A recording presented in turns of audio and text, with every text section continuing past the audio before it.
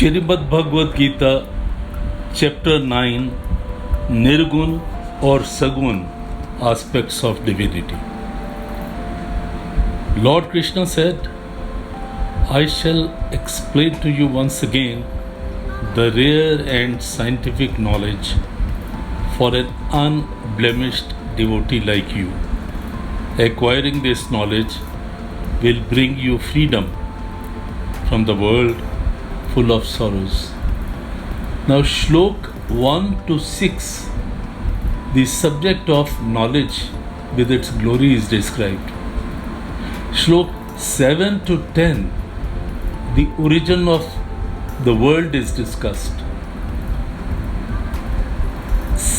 Shlok 11 to 15, condemnation of men with demonical nature who despise God and the method of bhajan of men possessed of the divine nature. 16 to 19 shloks, description of God as the soul of everything and His glory.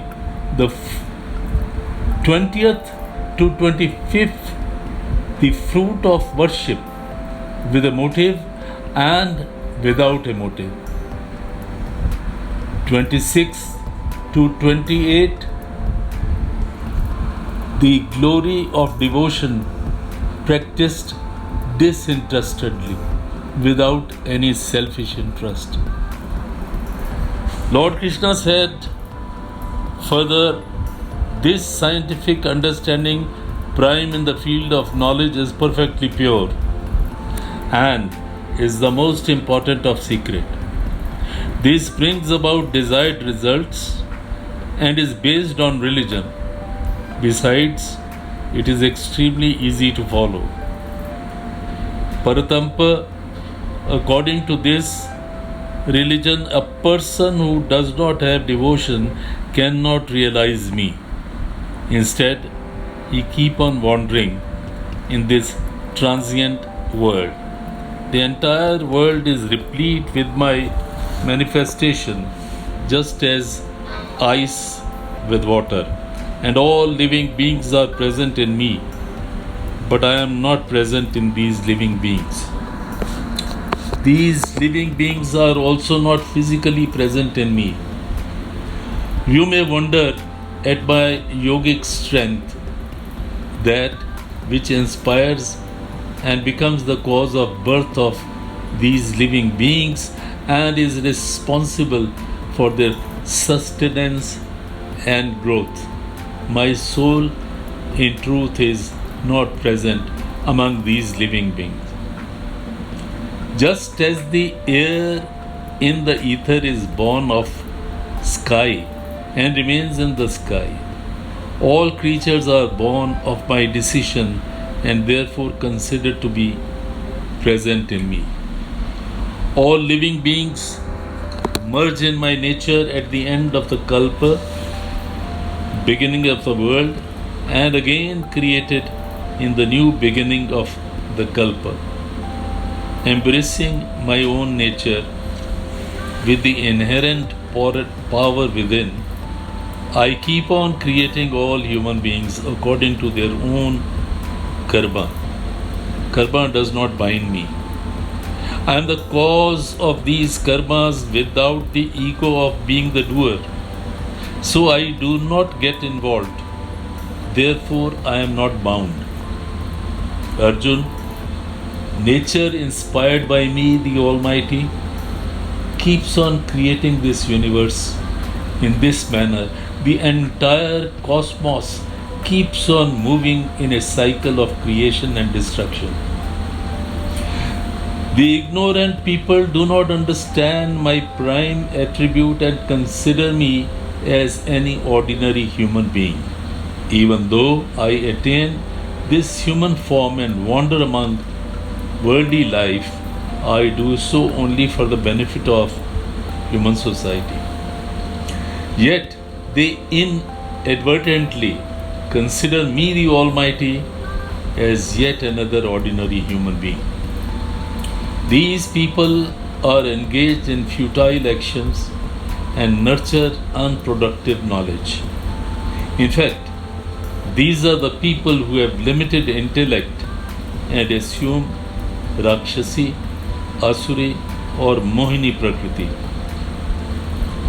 But son of Kuntuk, Arjun, the great souls assume Devi Prakriti and they understand me as the endless cause of all living beings. They consider me alone as the immortal and beyond destruction. They worship me wholeheartedly. These decisive devotees always meditate on my name and my attributes. They keep on saluting and greeting me and worship me wholeheartedly with love. Some other knowledgeable yogis sincerely worship my formless concept, Brahman, which is without any attribute. There are still others who worship me differently in various forms. I am the season, I am the yajna, I am the sudha, I am the medicine, I am the mantra, I am the ghee, I am fire, and I am action of performing Havan. I am the one who assumed this entire universe and also, which is its cause, the giver of the results and achievements of actions. I am the mother, the father, and the respected elder, worthy of knowing pure Omkar, Rigved, Samved, and Yajurved. I am the prime abode worthy of attainment. I am the master of all, responsible to maintain everyone. I am interested in goodness of all without any end in view. I desire their growth, progress, and benefit. I am the cause for the birth and death, basis of all living beings, basis of emulation, and the unending cause of everything. I am the infinite heat of the sun. I am the one who gathers clouds and causes rain. I am the nectar, Arjun, and also the death. I am the existence and I am also the non-existence. Those persons who carry out their jobs with a focus on the end result as described in the three Vedas, those who drink the pure nectar of life, those sinless, pure people who perform the yajna to achieve heaven, those people, as a result of their good deeds, attain heaven and enjoy the divine pleasures of demigods. After enjoying the enormous heavens, when the virtues of their good deeds are depleted, they return to the Mrityulok, that is earth. In this manner, these people who perform their duties, desiring the divine pleasures, repeatedly go through the cycle of heaven and earth.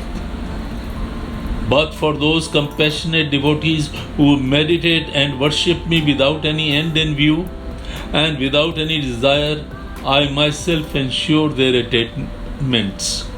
I also ensure that they are able to retain what they achieve. Arjun, even though the selfish but devoted followers worship other demigods, in reality they are worshipping me. But the worship of this kind is ignorant and does not last long. Because I am the Lord and the receiver of all yajanas, but because neither they know nor they do understand, they do not realize the basic nature of mine, the Almighty. They fall from grace and get into the new birth. Those who worship demigods become demigods. People who worship their ancestors reach them, and those who worship spirits attain their forms. But those who worship me achieve salvation and assume my identity. Any devotee of mine who is affectionately making an offer of the leaves, flowers, fruits, and water receives reciprocation, and I consume these offerings assuming a worldly form. Arjun, you must dedicate to me all that you perform, what you eat, and the havan, and that you perform all the donations for any cause, and the tapa that you might undertake should be dedicated to me alone.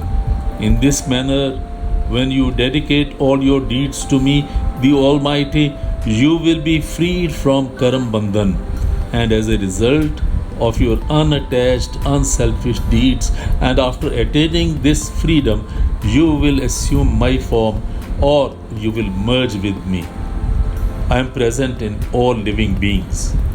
With uniform existence, no one is dear to me, nor do I hate anyone, but those who worship me with love and devotion, they reside in me, I live in their hearts. Even if once a dire sinner worships me sincerely, he is worthy of being known as a sage. I consider him as a decisive person who carefully decides that there is nothing as good as worship of the Almighty.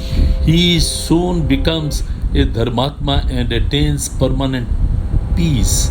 Arjun, you must understand and be rest assured that my devotee is never destroyed. Arjun, whoever approaches me with love and devotion, be a man, a woman, Vaishya, Shudra, or even a Chandal, attains the prime gati after death. Undoubtedly, the virtuous Brahmins and the royal priests who seek my refuge attain salvation. Therefore, you must worship me all the time. As long as you are in this mortal body, you must long for me, become my devotee, my worshipper, and always greet me with respect. In this manner, when you fix your mind and Atma in me, you will attain me. There is no doubt about it. In this manner, Lord Krishna explains to Arjun that he should all the time remember the Almighty and dedicate everything to the Almighty.